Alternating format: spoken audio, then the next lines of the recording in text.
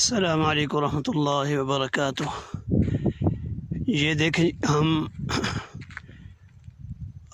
بیر روحہ کے پاس تقریباً کوئی 5-6 کلومیٹر بنتا ہے، تو وہاں پہ ہم آئے ہوئے ہیں۔ اس وادی کا نام اشرف الروحہ بھی بولتے ہیں، وادی سجائش، غالباً یہی نام ہے۔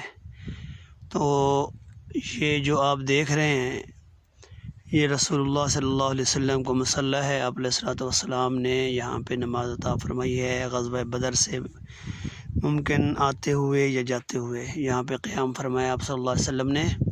وہ آگے جو پتھروں کا ڈھیر دیکھ رہے ہیں، یہ بھی مسجد تھی، یہ ترکی دور میں بنائی گئی تھی۔ اب اس کا ممکن ہے اس سے پہلے ہو، تو ابھی وہ بھی منہدم ہو چکی ہے۔ یہ پوری وادی ہے جس کے متعلق آقا علیہ الصلوۃ والسلام نے ارشاد فرمایا کہ یہ جنت کی وادی ہے۔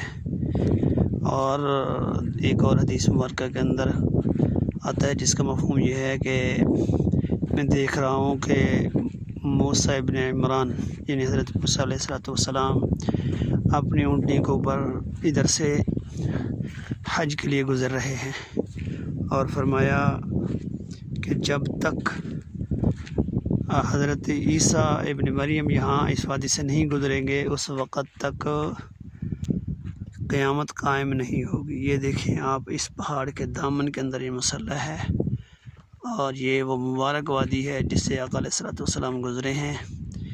یہ پرانے راستوں میں سے ایک راستہ ہے جو مکۃ المکرمہ کی طرف جاتا تھا۔ تو اللہ تعالی ہم سب کو ایمان نصیب فرمائے۔ اللہ تعالیٰ سے دعا کریں کہ اللہ تعالیٰ ہماری جو زندگی ہے وہ ایمان والی بنا دے، اور ہماری موت بھی ایمان کے اوپر اللہ تعالیٰ عطا فرما دے۔ جزاک اللہ خیر۔